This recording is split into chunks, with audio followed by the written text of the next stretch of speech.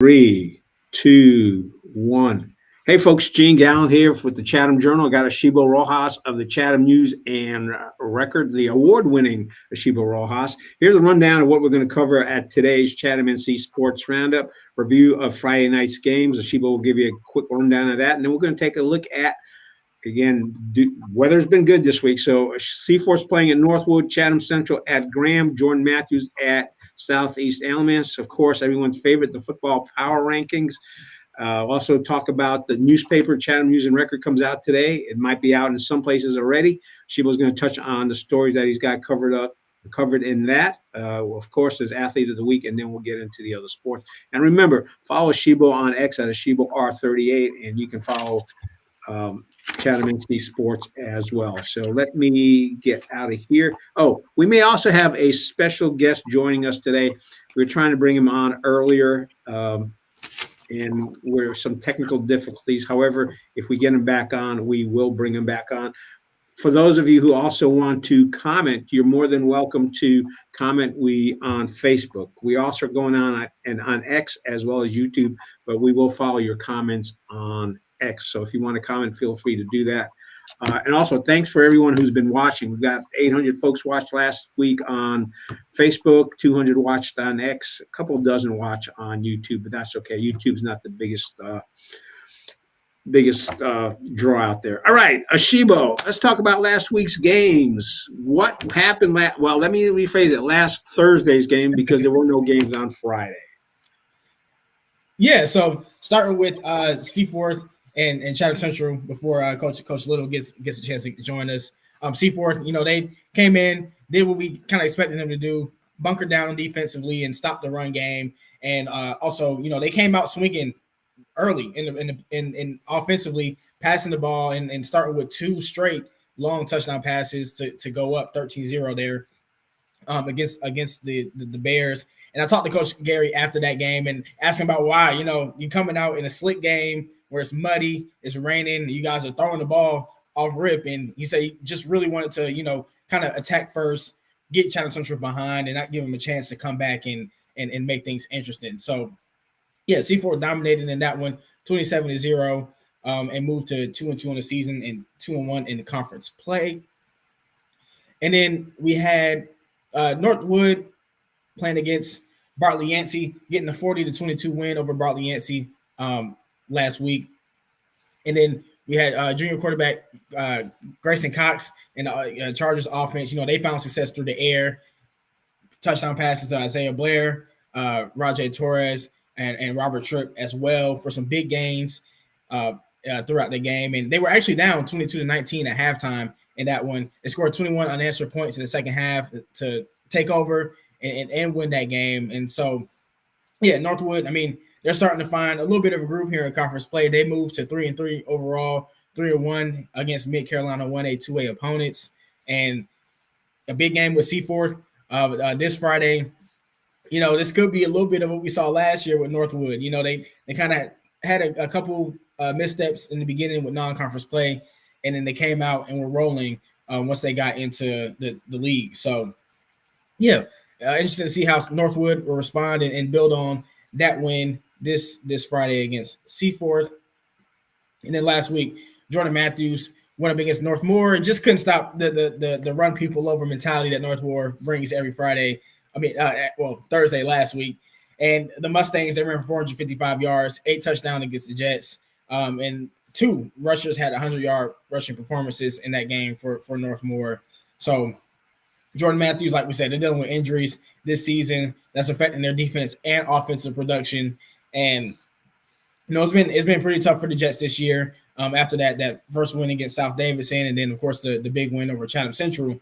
So I think they like we said, they just have to get healthy to get those impact players back. Rashad McSwain, Namir Wiley, Kenneth Dula, those guys have been banged up all year and are the Jets playmakers that we've seen earlier this year. All right, let's hold on. Our special guest is in here, and look at that. Coach Little is joining us. And folks, Coach Little was watching us last week, and I just texted, "Hey, would you be interested in coming on?" He's like, "Yeah, sure." So we've got Coach Little here. Asheebo and I have talked before we started. Asheebo's got some questions as to what's going on at Chatham Central, the good, and the improvements from last year, and you got also a big game coming up on Friday. So I'm going to let the two of you start talking. Yeah, what's going on, Darren? How you doing today? But I can't complain one bit, boss man. How about yourself? Doing all right. And yeah, just to get started, I first want to start with the game last week against Seaforth, and we just talked about it a little bit. What Seaforth brought to you guys, and I just wanted to ask. How was that game on your end? What did you see from your guys? Even though in that loss, you guys still had opportunities to get down there, score, put some points on the board, and make things interesting early on. What was that game like for Chatham Central on Thursday? Man, it was ugly and in the mud, but I'm starting to realize that must be what our guys like, because for whatever reason, we play a little bit better when the weather conditions aren't necessarily the best. But man, I'll be honest with you, it was a learning experience for a lot of our guys, but as well as a pat on the back to some of our older guys who was on the team last year, who that game was a lot to a little. I don't even remember the final score of last year, but it was not close at all. And so for us to be able to take those strides, the biggest goal for me this year, I told the coaching staff, was the games that we lost big last year. If we can't win them, we need to lose them small. And so that was a check mark for us. We lost it small, and we were, like you said, we were in that game, honestly, the entirety of the game.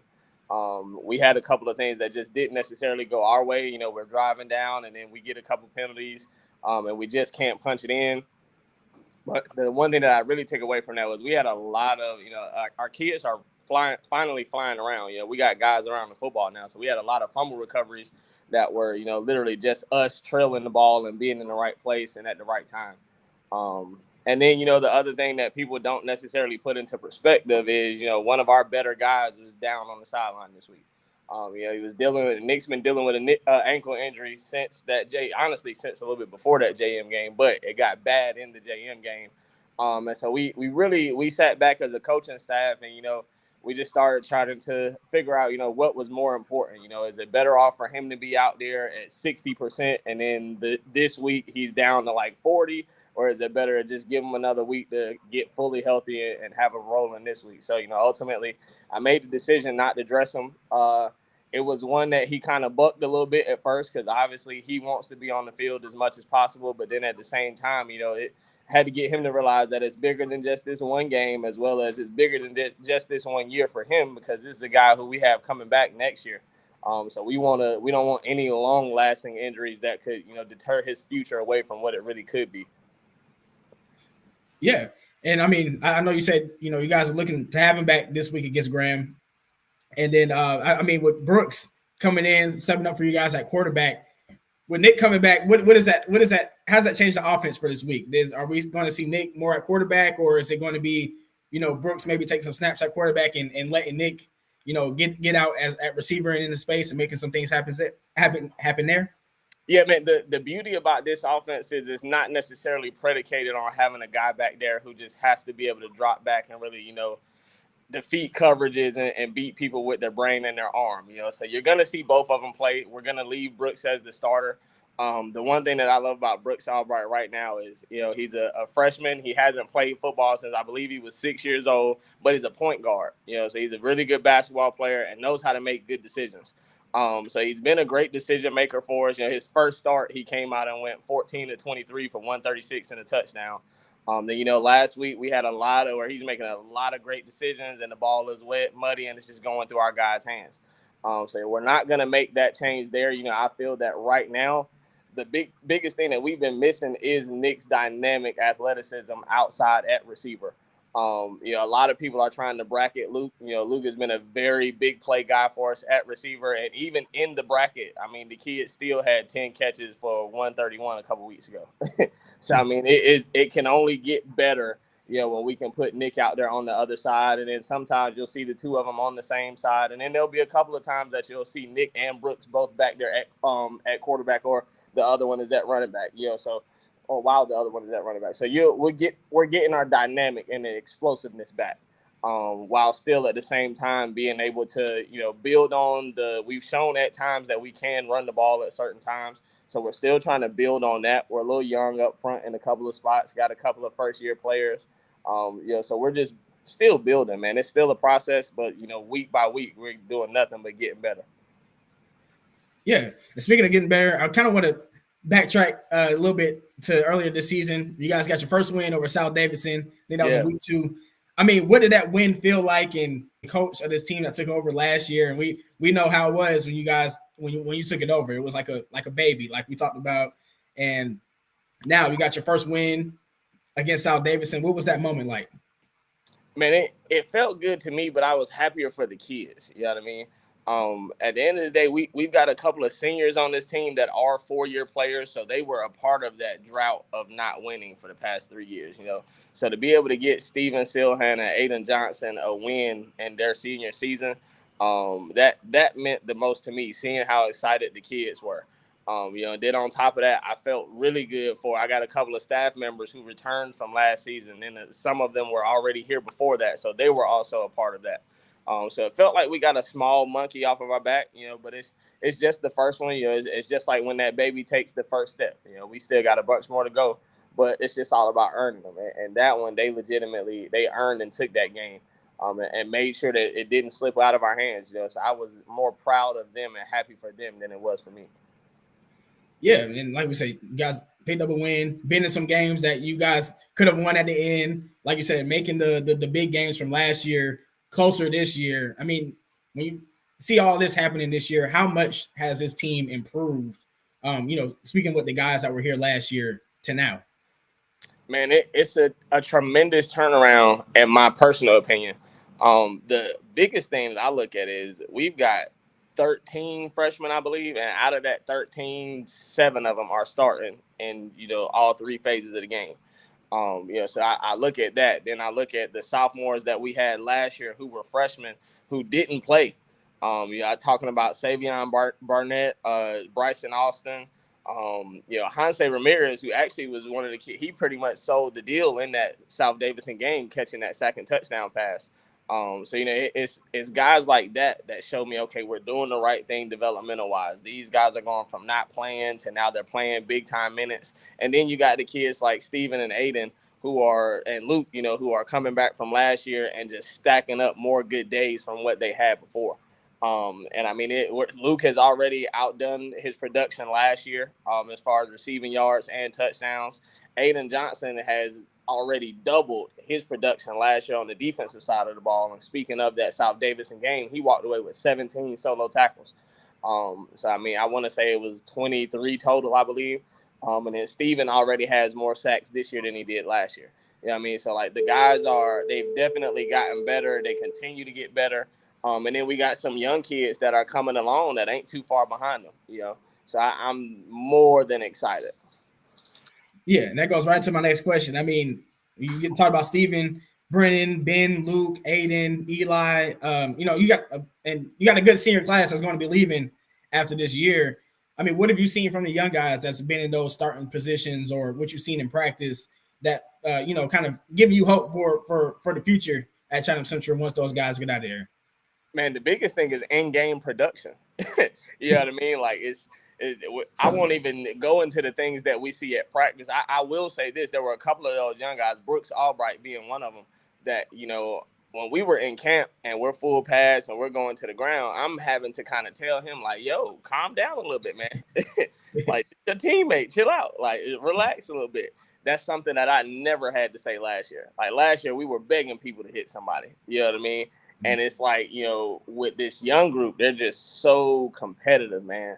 And they like to talk junk to the older guys. Like, I mean, Luke and Brooks Albright, and then Brooks Albright has a twin brother named Turner, who Turner actually joined on, and Turner's ended up playing now. And the 3 of them are like, it's funny when you get the 3 of them around each other, because all they want to do is talk junk to each other. You ask which one is the best, they going to throw their hand up the first. You know what I mean? So it's just amazing to see that standpoint. And just to brag about this senior class, man, there's a ton of production that's leaving in this senior class, but the one thing that I can say about this group is they've done a great job as far as trying to be a good senior leader. And it's not any discredit to any kid or coach who's ever been here before, but I think some of my older guys will tell you that they didn't know what leadership looked like. As far as having to be a player-led football team versus coaches leading the team. So now we actually have the Steven Silhans and the Luke Gaines and Brennan and Aiden who will get up and they'll say something when they feel it needs to be said. And then you got your other ones like, Aiden Johnson, who's just truly one of those lead by example type of guys who he may not say much, but when he does talk, everybody listens. So, I mean, that's the biggest thing that I can take away from that group and that I appreciate. I hate that we're going to lose them at the end of this year, but at the same time, they're the first brick, and they laid it and they're making sure that the guys behind them aren't just letting it be any kind of way. And that's the part that I like about that group the most. Yeah. And also, too, a little bit of a fun question because I know your birthday was yesterday. Yeah, man. So the team did something for you yesterday. How about you tell us, what did the team have in store for you on your special day yesterday? Man, I got a bunch of cornballs, man. That's what I got. But no, I love those guys, man. I started them out. My defensive coordinator actually runs the weight room for me, so I started them out stretching and whatnot, and then I actually left. So I came back in here. I'm with one of my other coaches and watching a little bit of tape, just finishing up some wristband stuff. And all of a sudden, I see the kids walking in, and they got this big board, and they done wrote some messages on it. They walk in singing "Happy Birthday." Aiden knows that I'm a huge Rice Krispie fan, so they done brought me a big box of Rice Krispies. Man, it was fun, man. It was one of the things in my post that I actually said about it was, this is the reason why we coach football. And I won't say we, I'll speak specifically for me. This is the reason why I coach. Obviously, yes, I'm a competitor and I want to win, and it hurts when we don't win. But at the end of the day, that scoreboard is going to turn off.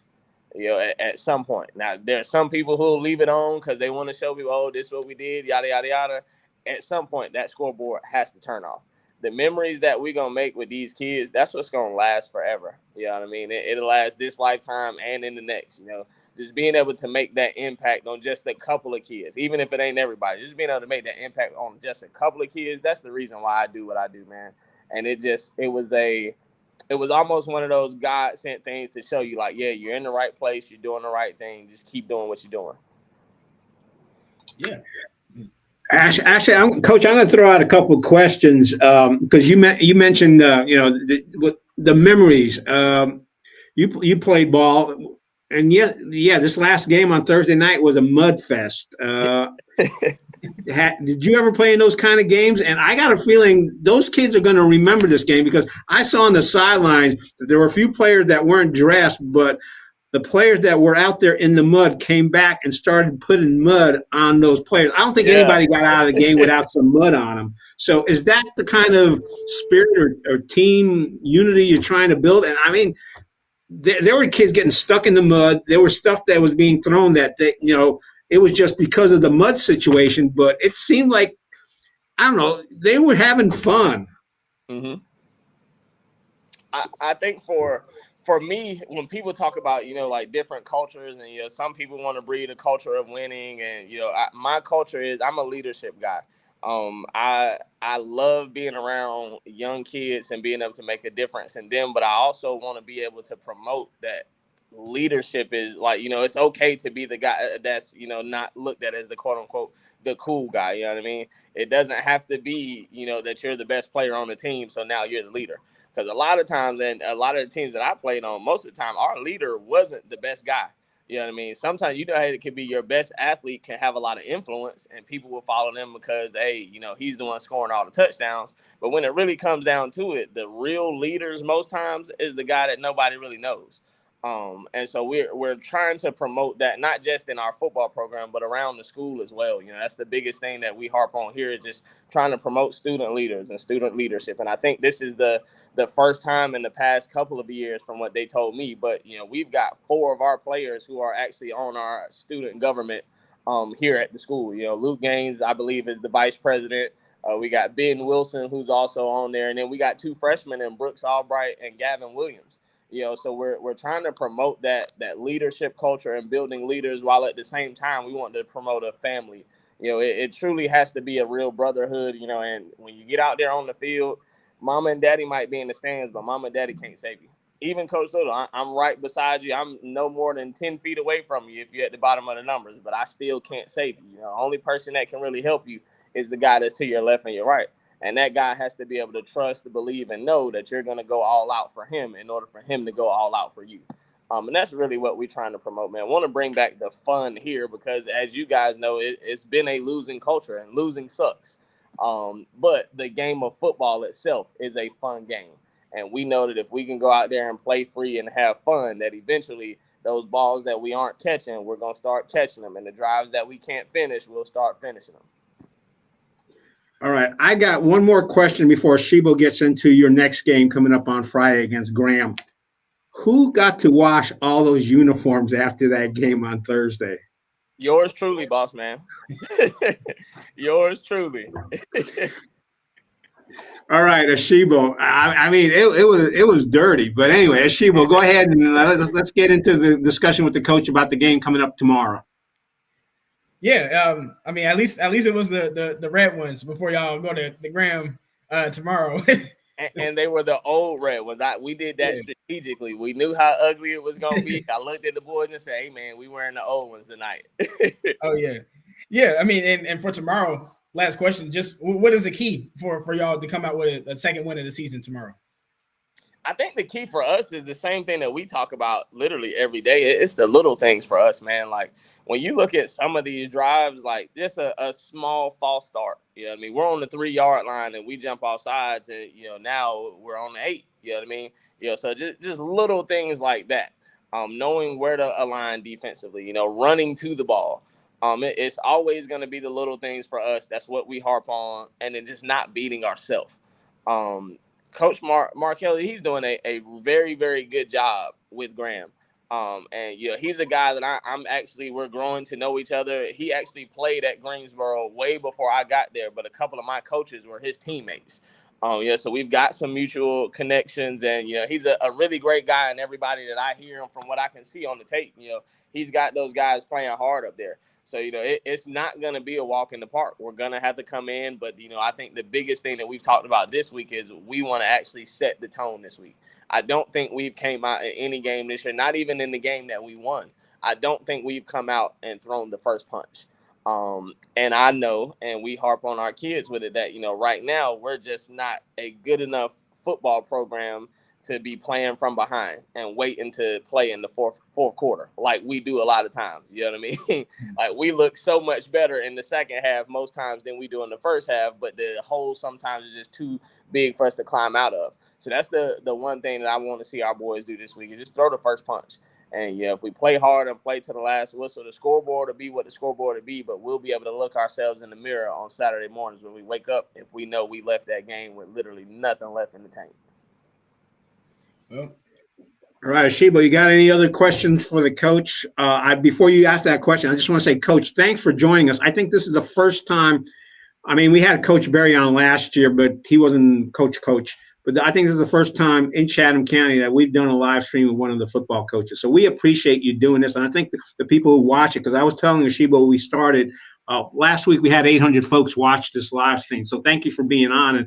And I think folks appreciate you taking a risk with us and coming on and sharing information about how your team's doing and how you're planning for tomorrow's game. And if you like, I'd love to invite you back for next week and we could talk about the Graham game. But Asheebo, you got any last questions for the coach before we let him go? Nope, I think I asked all my questions for tomorrow. So yeah, thank you, Coach Little, for joining us and taking the time to speak with us. Like Gene said, taking the risk and telling us what you guys are going to be going to do tomorrow. So yeah, thank you, and yeah, and good luck tomorrow. Man, definitely, I appreciate it, and we appreciate you guys. There's a lot of people overlook this area when they start talking about football. You know what I mean? And there's some very, very good talent in this area and in this county. And I look forward to being here as long as possible. And I know the other coaches in the county do as well. And I know they know that, we're going to do whatever we can do to promote all of the athletes here in Chatham County, not just, my kids, but every kid that's playing football here. I want them to be able to do whatever it is that they want to do. If it's continue to playing in the game, continue to move on and start coaching, whatever it is. So any exposure we can get to Chatham County football, we appreciate it. I think I speak for everybody when I say that. Well, I was going to say one of the things I saw, because I keep track of this on the media day at the beginning, the big things that a lot of people watch were the references that both you and Coach Kermit made about the fact that football is a sport that teaches young folks a whole lot of things that you don't learn in the classroom. And it sounds like, is that what you're seeing? Because again, building a football culture is not easy. And the fact that you've got your first win, potential second one coming up this Friday, are you seeing that developing? And how's that? You mentioned the effect that it has on students. You've got a couple of players who are in positions on the student union. How's that transfer in the community? What kind of feedback are you getting from the community on that? The good thing is, number one, I got to show love to my community, because no matter what the scoreboard says, the stands are always packed and they're always nothing but supportive here. So that's first and foremost. But the big thing about here is it's so small and close knit that a lot of these people, almost everybody here is related, almost, or at least it seems like they are anyways. So to see our guys doing things in their own churches and, doing things on their own in their outside clubs here at the school, and then some of them even play on the same AAU teams together and things of that sort. It's a beauty to really watch. And it gives you that thought process of, man, when this picture is finally done, I can't wait to see what it looks like. Because I would love to be here, 5 years from now when we got that first class that graduated last year and they're finally coming back. We actually have Devontae Johnson, while he's waiting to go to school, he actually came out and helped us as much as he can. Connor Kitchens came out and helped me as much as he could. So we got a lot of kids that are wanting to come back and give back to the younger guys and just do whatever they can do for the community itself. So we want to continue to breed that, and just watching these guys go out here and do the things that they do, man, it's funny. And then you sit back and you watch and you say, you know what, like, we're doing the right things. These guys are out there. They're treating people with respect. I never get any phone calls around the building about any of our kids or anything of that sort. So we just got a good bunch of kids, and I just hope that they stay the same and continue to do what they're doing. All right. Actually, that is my last question. Asheebo, you got anything before we let the coach go? Nope. I think right. I asked everything I needed. Coach, thank you very much. I'm going to drop you off right now. We'll probably text you a little bit later on. I provide Asheebo with information as to how many folks are watching this. Again, appreciate you being on with us. And folks, tomorrow night, they're playing Graham. And Asheebo and I think, both got you winning this one. So please don't disappoint us. I appreciate you guys, man. Y'all take it easy. All right. Thanks, Coach. All right, Asheebo. Let's talk about let's talk about the two other games coming up. Oh, I also want to let folks know, Asheebo and I will be at the Seaforth versus Northwood game, and I made up some wristbands, so I will be giving some of these out. If you find me, ask for one. I got one for the Hawks, and I also got one for Northwood. I got a couple hundred of each.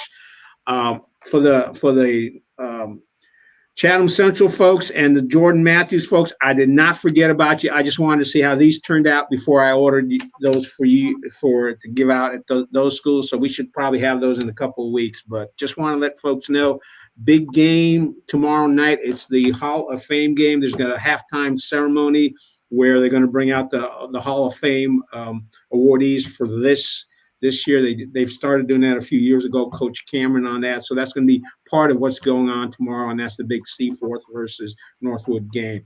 Do you want to get into that? I'll let you get into that game and the Jordan Matthews game. Yeah, well, just right quick before Seaforth and Northwood, Jordan Matthews, they'll be traveling to first place, Southeast Alamance, top team in the Mid-Carolina 1A, 2A conference, team that, has shown that they're a step above pretty much everyone else in the conference so far. And so as far as picks, I'm picking Southeast Alamance. And that one, like we said, Jordan Matthews just really has to get healthy to kind of bounce back and get back on his feet as it finishes the last stretch of conference play. And then, the big game on Friday, Seaforth at Northwood for, I think this is the third battle for Pittsburgh on the varsity level between these two teams. And when I look at this one, I'm seeing, a really good stout defense that, Terrence Gary at Seaforth prides himself on having. And and coaching, going up against an offense that has a lot of weapons that's shown to be really explosive this season. So I think we'll have a really good game. And Northwood also has a good defense itself with a defensive line, AJ Rome Mason leading the front. And they do a really good job of disrupting plays in the backfield and filling in gaps there. And so when I see this one, I think we're going to see a little bit of a lower scoring game than last year. Last year, Northwood, I think, jumped out early on Seaforth and really, blew the Hawks out in that one. This year, different teams coming into this one. Seaforth has more experience. Like we said, they have a better defense. I expect it to be a little bit of a struggle for both offenses, maybe early on, but as the game goes, I can see Northwood getting more comfortable, especially in front of their home crowd, Hall of Fame night. To me, I'm picking Northwood to win this one, but like I said, I think it's going to be a lot closer game than last year.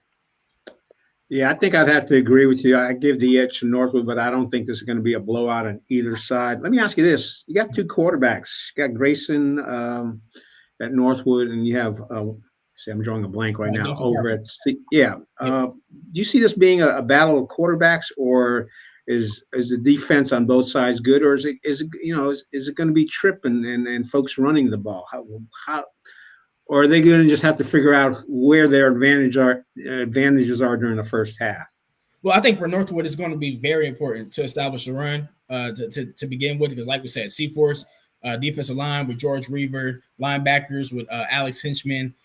I mean, they've done a really good job all year of staying in the backfield, producing sacks. We saw it against Chatham Central, and Chatham Central, to me, the run game is their strength, even though they did throw a lot in that game. And I mean, they completely took that away against Chatham Central. I think every play except for 3 with against Seaforth for Chatham Central, that was a run play, was a negative play. And so I think if Northwood can establish that run game with the combination of Tripp, Cox, and Rajay Torres, also getting him in space, I think that will really open up opportunities in the pass game, which to me will be important for Northwood against Seaforth's DBs with Patrick. I think Patrick Miller at safety, Nick Gregory. Those guys are really good in the secondary as well and getting turnovers. For Seaforth, I mean, Duncan Parker has been really, really good in both aspects of running and passing this season. And I think I kind of expect them to kind of come out the similar way they did against Central and try to, get the ball down the field quickly, throw the ball and score, right away to try to get ahead, because I think if Seaforth does fall behind in this game at Northwood, like we said, in front of their home crowd on Hall of Fame night, the guys are going to be pumped up. They really want to put together multiple conference wins here and still get to do what they get close to what they want to do in the conference this year. I mean, if Seaforth gets behind Northwood, I think Northwood is going to be really tough to beat from that point. So, yeah, I think we will see more. We might see more of Duncan Parker, letting it fly, getting out in the passing game, and Grayson Cox might have to ease into that a little bit, because like I said, I think Northwood's running game is what it needs to work in this game against Seaforth. All right, so this is going to lead into everyone's favorite part, your football power rankings for this week. Yeah, for this week. So last week, just to give a rundown from what we had before last Thursday's games, we had Northwood, Seaforth, Northwood at 1, Seaforth at 2, Jordan Matthews at 3, and Chatham Central at 4. This week, it's a little bit different. At 4, I have Jordan Matthews, and 3, Chatham Central. Got those two swapping places. And at 2, I have Seaforth, and 1, of course, Northwood.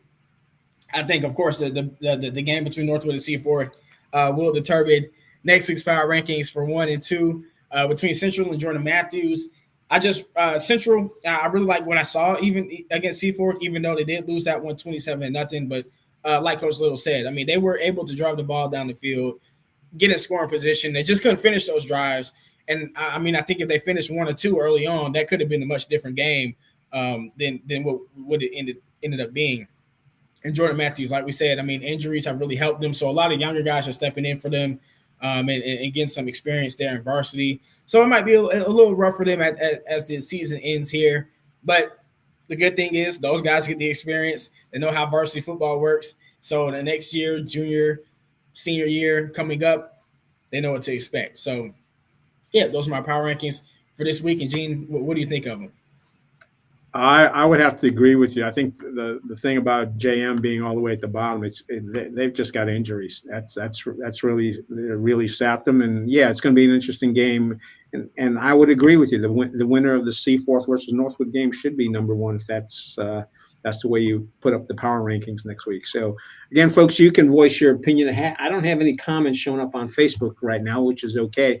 Appreciate Coach Little being on. We're running a little bit over, but that's no worries because we still have time. So Asheebo, paper came out today. Why don't you give us a rundown of all the stuff you got coming up and then finish up with your player of the week.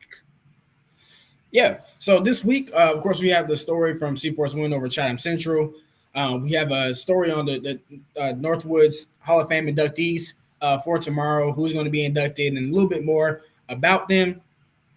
And then, of course, we have our football roundup with a recap of last week's games and a little bit of a preview for tomorrow. And then we have our sports roundup with a recap of what happened last week in our volleyball, boys soccer, and girls tennis action. And also we have a little bit of girls golf in there this week too. And then we also have a feature on Jordan Matthews soccer and talking to those guys after their win over, I think it was Seaforth. Yeah, Seaforth last week. And just want to know, I mean, they've talked about this being a rebuild year, all season. Like they're rebuilding, and of course, they're not winning games in the same way they were last year. But the thing is, they're still winning these games. They're winning the close ones. They're beating, the best competition in the conference. I mean, I think the week before they beat Southeast Alamance, who was the number 2 team in the conference, 5-0. So even though they feel like they're rebuilding and they're not, where they want to be for Jordan Matthews, they're still where everybody else would like to be. And it's just a story a little bit more about that, a little bit more about their winning the tradition and how the team has kind of kept that up, after the many decades under Paul Quadros from that state championship in 2004, 20 years later to now with a team that's, maybe not the same as they've always seen in Silo City, but still getting the job done. So a little bit more about this year's Jets and how they're keeping on with the winning ways. And then, our athlete of the week this week is Seaforth's Jackson Powell. Just want to shout him out from this week and from last week's game, in which he had 2 solo sacks in the Hawks 27-0 win over Chatham Central. It was part of that defense. I think that they came up with a total of 7 sacks, 17 tackles for loss. I mean, they were just all over Chatham Central in the backfield and pretty much took away their entire running game in that one. So interesting to see if Powell and the C4 defense can repeat that against Northwood tomorrow, because they're really needed against the Northwood offense that can run and pass just as well. All right, there's your athlete of the week. Congratulations! Yeah, that was an interesting game to watch. It got a little drizzly, but it was a fun game to watch, even though it was 27-0 score. Okay, soccer and volleyball. Which one do you want to go into next? Give us a rundown. I think you already mentioned soccer, so if you want, what's your unofficial soccer power rankings for this week? For this week, it's not too different from last week. We haven't had a lot of soccer action this week with a lot of games being canceled. But if I have unofficial power rankings, once again, Jordan Matthews at 1, Northwood at 2. I'll put I think I'd put Woods Charter at the 3 spot, Seaforth at 4, because talking with Coach Giovanni Viana, it's a young team that's kind of in a rebuild year this year as well, and Chatham Charter at 5. So, like I said, I mean, boys soccer has been not the best this year in the county, not the best year, but Jordan Matthews still the leading team, and we'll see some good things from Northwood as well. As the season has gone on. So if you want to talk about this week in soccer as well. Just the two games we've had this week. We had C4 tying 1-1 with East Chapel Hill yesterday. And then we also had Woods Charter getting an 8-0 win over Chatham Charter yesterday as well. And tonight, Jordan Matthews will host Cummings at 6 p.m. For another game here in the county. All right, sounds good. Volleyball, Seafort still, the ladies at Seafort are still number one. They had a game, I think you said East Chapel Hill. How's the volleyball scene going on here in Chatham County? And then you can give us your unofficial power rankings for volleyball. Yeah, I mean, Seafort has pretty much all season been way beyond everyone else as far as the county and the conference in the Mid Carolina 1A 2A league. Last night they went to East Chapel Hill. I was there, and closely contested sets all throughout that game. C4 took the first set, but in the second one they fell behind. Second and third ones they fell behind early, and tried to rally back, but just couldn't finish the comebacks. And then they ended up falling down 2-1 for that last set. A little bit of the same thing. It was a little closer in the beginning, but C4 just couldn't overpower East Chapel Hill, a really good 4A program in the same league as Chapel Hill, which they're the number one team in the state according to high school OT's volleyball rankings across the state. So yeah, I mean, C4 has just been playing really good competition throughout the year, sprinkled in between the conference games, and last night was one of them. So I think they're now 3-3 in non-conference games this year, and they have, of course, the big one against Cardinal Gibbons next Wednesday. So yeah, C4 lost that one 3-1. They also beat Northmore 3-2 on the first. Northmore has been playing really good volleyball the past couple of weeks, getting 2 sets on C4, which no other conference team this year has been able to do. And then we also had Northwood. They beat Graham 3-0 on the first. Woods Charter got a 3-0 win over Triangle Math and Science on the first. And they also got another 3-0 win over Clever Garden School. So Woods Charter, they've gotten 5 straight conference sweeps for their season, and they're like we said, tearing through the Central Tar Heel 1A conference, and looking like a strong team out of the 1A East side. And then Chatham Charter, they did fall to Southern Wake Academy on the first 3-2. Chatham Central took another loss to Eastern Randolph 3-1. Chatham Central, I mean, still a third place team in the conference, but a little bit of a rough stretch for them. I think they've lost 4 in a row as of today. So yeah, if I have a unofficial power rankings for volleyball here in the county, of course I have C4 at 1. 2, I think I'll put Northwood at 2, Chatham Central at 3. Actually, no, C4 at 1, Woods Charter at 2, and then I'll put Northwood at 3, Chatham Central at 4, and then Chatham Charter at 5, Jordan Matthews at 6. Yeah, I was going to ask you about Woods Charter. I saw them play a couple times early on this season. They're a young team, so the fact that they're doing so well, I'll be frank, it kind of surprises me because it usually when you got that young of a team, it takes a while for it to build. But it seems like they've gotten their stuff together enough so that you've got them number 2 in the power rankings for the county. So, do you know what they've got more games coming up this week, or is it next week that they've got coming up?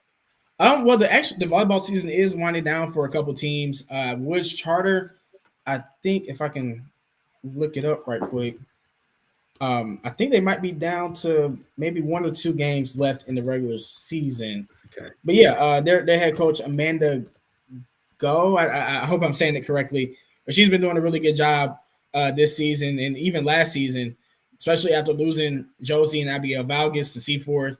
Who transferred over there in this past year. They're still 11-0 in conference, 12-5 overall. Like we said, tearing through the conference schedule and looking like a really strong team going into the playoffs. So going into playoffs, you see what Seaforth going in, Chatham, Woods Charter, Northwood, and Chatham Central get in as well.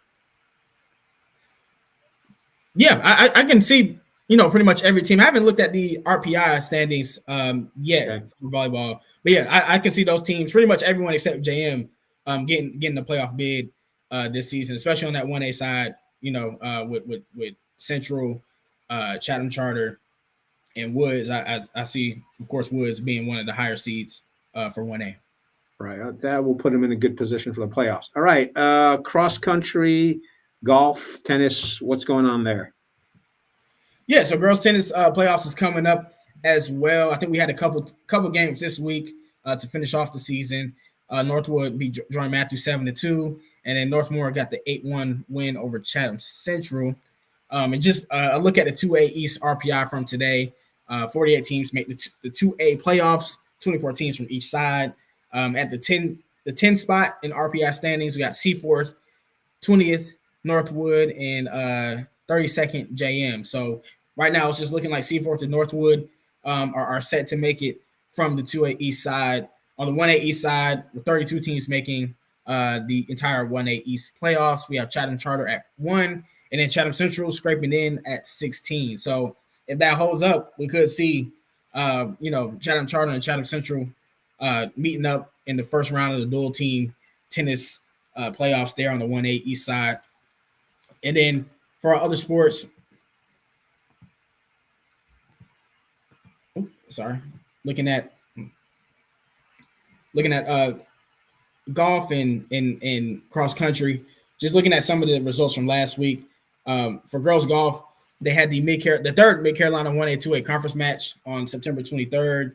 And in the team standings, we had Northwood finishing second with 167 points. C4 finishing finishing third, right behind them with a score of 169. And then Chatham Central finishing fourth with a score of 176. And then the winners of that one was Northmore with a score of 159. And then in cross country, there was plenty of races involving the county runners last week.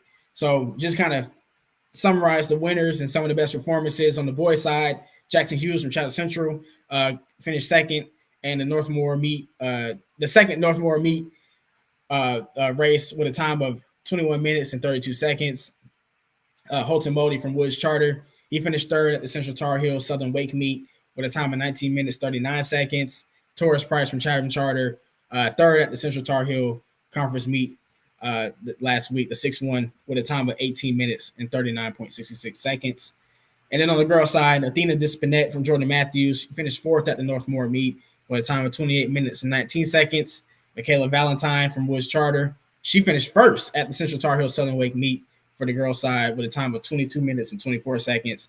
And then Anna Peeler, also first at the Central Tar Heel meet, number 6 last week, a different one from the Southern Wake one, with a time of 22 minutes, 29.18 seconds. So, yeah, just some good things. Like we see good things year in and year out, and every week from Chatham County's cross country runners, and looking forward to the conference meets coming up as the fall season sports get to wind down and get into the postseason, which should be really fun for our county teams.